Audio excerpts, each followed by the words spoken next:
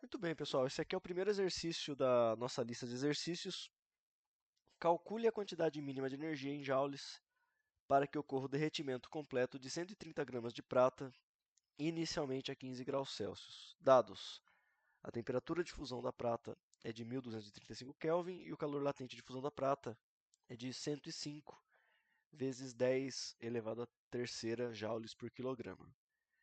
Esse exercício aqui, ele tinha alguns dados faltando de propósito para vocês fazerem uma pesquisinha rápida, mas nada de difícil de encontrar. Então, primeiro, a gente organiza as informações que a gente tem. A massa aqui da prata, 130 gramas, que como aqui as nossas unidades estão sempre em relação a quilogramas, a gente coloca isso aqui também como 0,130 quilogramas. A gente tem que a temperatura inicial é 15 graus Celsius e a temperatura final é 1235 kelvins, que, como vocês já sabem, lá daquela primeira prova que a gente fez de conversão de temperatura, isso aqui aproximadamente 962 graus Celsius.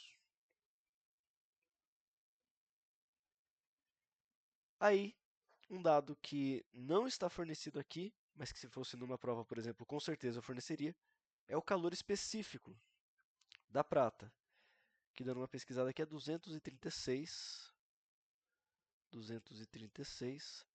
joules por quilograma graus Celsius. O que quer dizer que a gente tem que usar a massa em quilogramas, a temperatura em graus Celsius.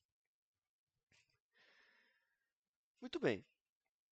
Agora, a gente tem os dados para calcular o calor sensível que é necessário para, primeiro, a prata elevar a temperatura de 15 graus até a temperatura de fusão, e depois o calor latente que é necessário para derreter toda a prata. Só complementando aqui, o calor latente também é fornecido no nosso enunciado, que eu vou chamar LF, né, calor latente de fusão, 105 vezes 10 elevado à terceira joules por quilograma.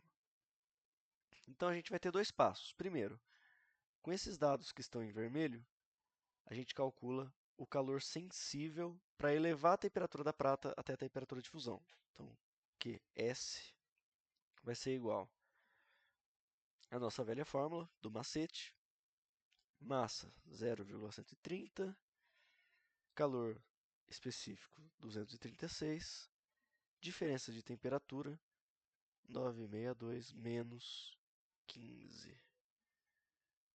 Fazendo as contas, vou poupar vocês dessa parte.